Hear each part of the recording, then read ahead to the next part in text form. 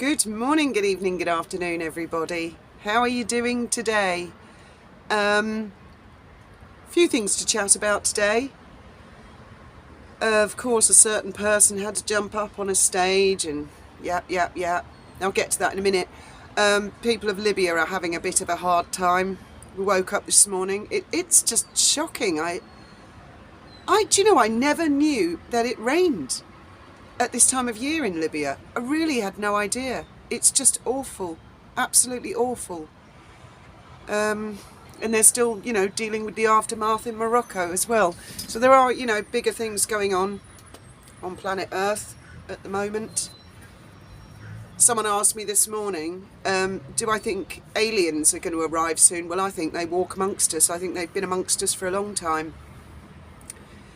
If only they could take certain people away or get a bit of gaffer tape for certain people. So yesterday I said I thought she had a modicum of decorum at the airport, the back-grid photos, and I was sort of hoping she'd just sit back at Invictus and clap politely and not really speak, and certainly not give a speech, because she's nothing to do with Invictus. She wasn't around when it was founded. I don't see her doing anything throughout the year that's helping them. If anything, they're hurting it. And the one thing that I really liked about her speech is the way the entire audience talked over her. In fact, it might be they turned her microphone down. And Harry actually looked quite angry, looking around the audience. Oh, show some respect to my wife.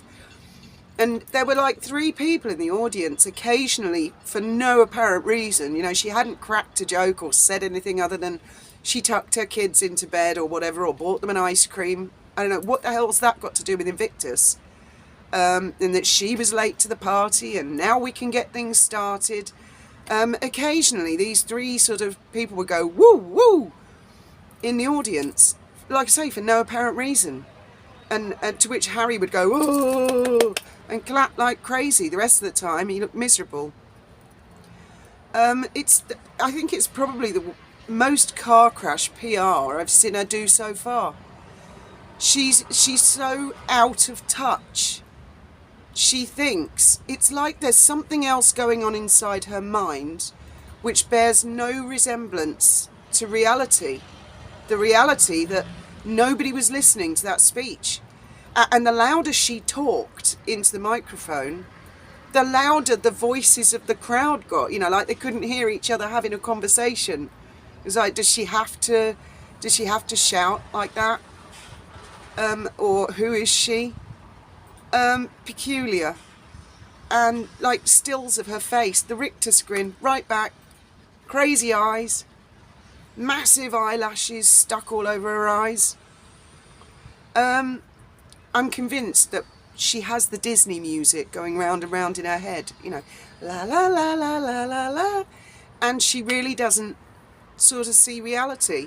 Now, as a lot of you know, I don't do Twitter, formerly Twitter, now known as X, but I do go and occasionally look at Omid Scobie, and he had retweeted something that the actual Invictus, I assume it's the real Invictus Twitter X account, where they'd said, which is really quite frustrating, they'd said, so exciting to have the Duke and Duchess of Sussex. Why the titles constantly?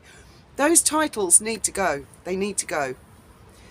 But the responses underneath were phenomenal. I mean, the top one was somebody who had explained that their grandfather was an amputee and that they've had servicemen and women in the family and that they really applaud Invictus. But then the second half of their pretty long tweet goes on to say, as of 2020, Harry and Meghan made it clear they don't like the royal family. They don't want to be involved with the royal family.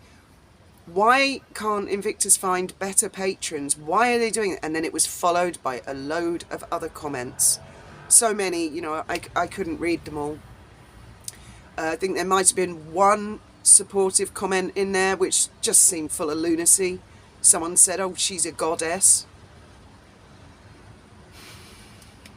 Don't think so. Godzilla, maybe. But I mean, it's just, that William Morris, they're crazy if they think they can do anything PR-wise for her. They're as crazy as she is. I wouldn't be a bit surprised, actually, in the future if that comes out they've parted ways, because they must be just weeping seeing that performance last night on stage and thinking that it's impossible. It's just impossible. We've got nothing to work with. We can tell her to stop the rictus grin. We can tell her to tone it down. We can tell her to project a different image. But as soon as she gets up on a stage with a microphone, out comes the lunatic, you know? How can you work with that? I mean, the very suggestion of her ever having a political career it's utterly laughable, isn't it? Utterly laughable. I remember when they first left the royal family, there was quite a few people saying, none of you guys, I hasten to add, but quite a few people saying, oh, they're going to be a brilliant success, they're going to do this and they could do that and they could do the other, and they were going to work with some sort of speech agency, weren't they? None of that happened. I mean, they tried it a little bit. None of that happened. They laid down a load of ridiculous terms and conditions, apparently. And I just thought that Germaine Greer is I think she was a feminist or something. I don't know if she's an author, journalist or what, but I mean, she predicted a lot. She occasionally gives interviews and says, well, she predicted they'd leave the royal family before they got married. And then they asked her after they left the royal family, well, you called that one. What do you think is going to happen with them now they've left the royal family? And she said, if Harry and Meghan are completely left to their own devices, having left the royal family, it's going to be an unmitigated disaster. She was right about that. I mean, it gets to the point where I really, really feel there's some serious mental health issues going on. And there's a land of fantasy in Meghan's own head. She was doing so, it must have taken so much effort yesterday for her to not do the rictus grin. And she can't stop it. She can't stop it. And she turns up, and from what little I heard her saying in that speech, it was all about her.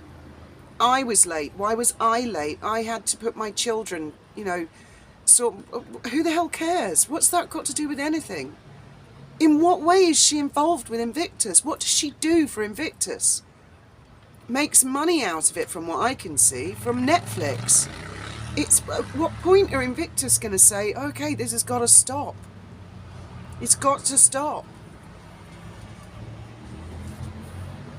And then I read, I don't know if this is true or not, but I read in the Daily Mail that she'd gone up to a Nigerian lady and said, you're my Nigerian sister. Why the sudden interest in Nigeria now? I mean, I get to the point where I'm utterly speechless, actually. I don't know what to make of it, and I see the photographs of her face and I see the photographs of Harry's face, and I think I'm just going to dive into Lady C's book, which arrived, all about the Queen Mother, and look at Wallace and David, because I've got to look away at this point, guys. I've got to look away. It's that performance on stage. That's the worst. That is the worst I've seen so far. As always, thoughts, opinions. Thank you very much for listening.